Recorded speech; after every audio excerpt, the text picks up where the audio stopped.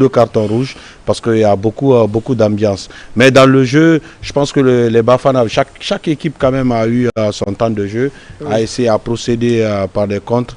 N'est-ce pas, on a vu que voilà, l'Égypte est sur son 4-3-3, n'est-ce pas, en phase défensive, ils se regroupent, ils font 5 milieux, n'est-ce pas, donc ça fait quand même beaucoup d'intensité dans cette première explication.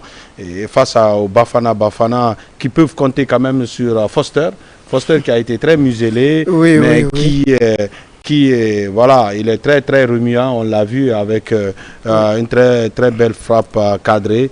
Et deux tirs cadrés pour deux cadrés pour les Bafana pour cette première explication. Sekouna, il a dit, hein, au cours des 45 premières minutes, j'allais dire, il y a eu beaucoup de faits de jeu et puis surtout beaucoup d'événements. Les deux équipes ont tout essayé en termes de tactique. Oui, les deux équipes, beaucoup de faits de jeu, surtout dans un premier temps avec les défenseurs sud-africains.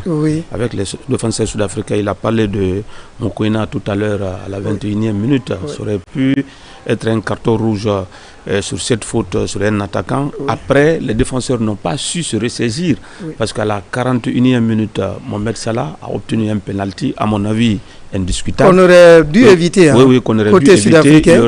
Le joueur allait simplement marquer sa jaune et laisser Mohamed Salah qui était en phase de perdre presque ce ballon. Mais le fait que la main ne soit pas à la position naturelle et que c'est arrivé à un endroit, c'est là où le joueur peut voir, c'est au niveau des yeux. Et là, systématiquement, il fallait que... Parce que là, quand la main est arrivée, ça a freiné la course de Salah. Ça a freiné la course de Salah. Le défenseur a pris le dessus. Je me dis que pour moi, le penalty est vraiment justifié. Derrière, il y a eu les esprits se sont échauffés un tout petit peu. Et derrière, il y a Mohamed Hani qui prend un carton rouge.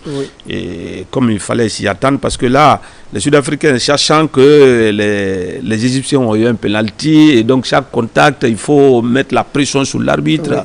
Et on est dans cette situation. Maintenant, on verra bien comment les Sud-Africains vont essayer de profiter de cette supériorité numérique, même si dans cette compétition, on a vu la dernière fois, le Burkina, certes, a gagné, mais c'était dans le temps additionnel contre une équipe qui avait déjà écopé d'un carton jaune, qui avait même mené au score. Donc, tout reste ouvert encore dans cette partie, parce qu'on voit les Sud-Africains, quand ils n'ont pas le ballon, c'est presque 4-5-1, mais ça va les avantager vu qu'ils ils vont jouer en supériorité numérique. Là, il y a des joueurs, forcément, minimum un joueur qui va jouer libre, et peut-être que ça peut faire balancer ce match. Goki, l'Égypte qui mène, c'est vrai, handicapé, et quelle va être la perspective pour le reste? Est-ce que avec Osama Hassan, il va falloir défendre ou bien créer le surnombre, essayer de se mettre à l'abri? Je crois que la deuxième période risque d'être... Our sense of service. It's all about finding ways to support you. Day after day, doing everything we can to be useful and providing energy in all its forms. Everywhere, every time, all across the continent.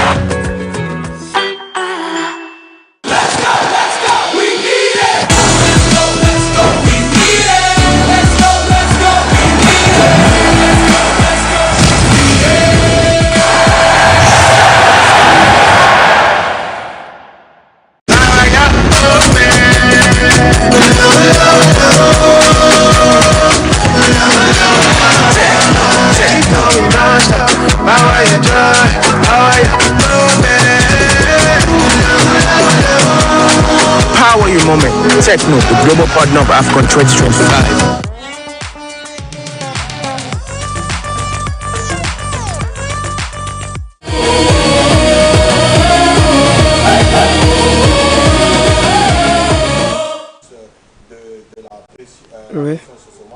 Encore, c'est un match dans un match. Je pense que quand un arbitre, quand même, tu dois arbitrer le pays du président de la CAF. Mais j'ai comme l'impression que vous n'êtes pas du tout gentil avec l'arbitre, mais il y a quand même la VAR qui est là.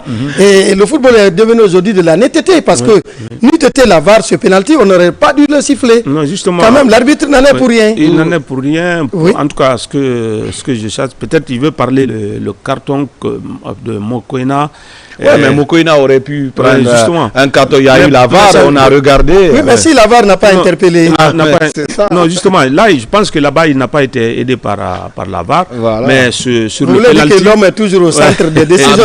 En matière de football, sur le penalty, honnêtement, sur le penalty, il a pris une décision sage. Il a été interpellé, il a écouté, il est parti vérifier. Et il était vraiment convaincu. À votre avis, la deuxième période, il a fait son analyse.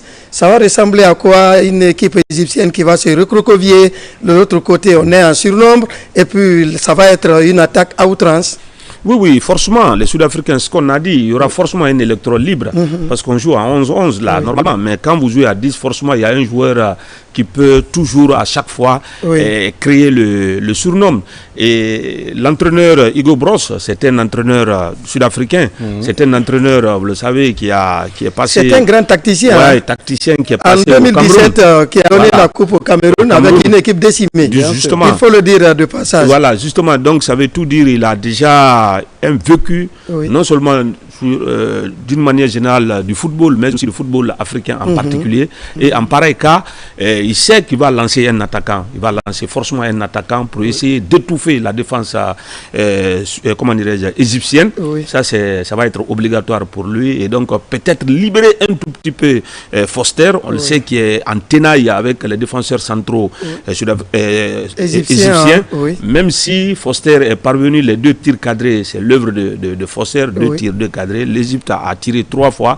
Un seul cadré, c'est le penalty qui est parti au fond des filets. En tout cas, c'est un match, c'est une seconde période où les Sud-Africains sont attendus, où les Sud-Africains feront tout, ils vont jouer leur va-tout pour essayer, dans un premier temps, d'égaliser et pourquoi pas de prendre l'avantage dans cette partie. Donc on peut compter sur la solidité défensive des Pharaons, parce que cette équipe a ossature Mamadou Sanders. Ils ont l'habitude de jouer ensemble. En pareille circonstance, on peut tenir pendant 45 minutes. Oui, tout à fait. C'est des joueurs d'expérience quand même qui composent l'axe central de cette équipe égyptienne, des Pharaons, avec un dernier rempart, Chenani, le gardien qui est aussi qui est très fort. Mais encore une fois, je ne sais pas qu'est-ce qui va se passer dans la tête de Assam. Est-ce qu'il va faire sortir Salah pour pouvoir en tout cas maintenir cette fraîcheur-là, parce que bon, cette première mi-temps quand même, Salah n'a pas été assez athlétique, mais encore une fois aussi de l'autre côté, on sait que les grands joueurs restent des grands joueurs. C'est 2 pieds, un pied gauche magique, il suffit juste d'un fait de jeu qui peut totalement donner la victoire à l'équipe égyptienne. Mais là, nous sommes face à une situation tout à fait différente du premier match. Premier match, 80% de possession, ils n'ont pas pu trouver la faille. Et là, maintenant, 45 dernières minutes en infériorité numérique, je pense que ça va vraiment...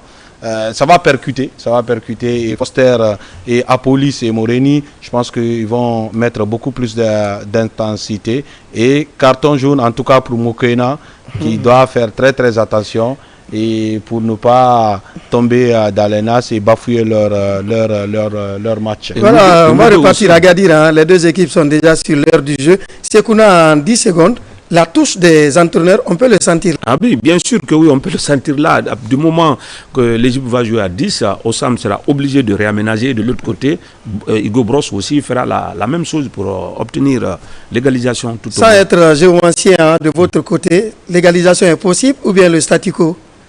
Pour moi, le statu quo. Et vous? C'est possible l'égalisation, surtout si l'Égypte joue trop, c'est-à-dire joue trop bas, ça peut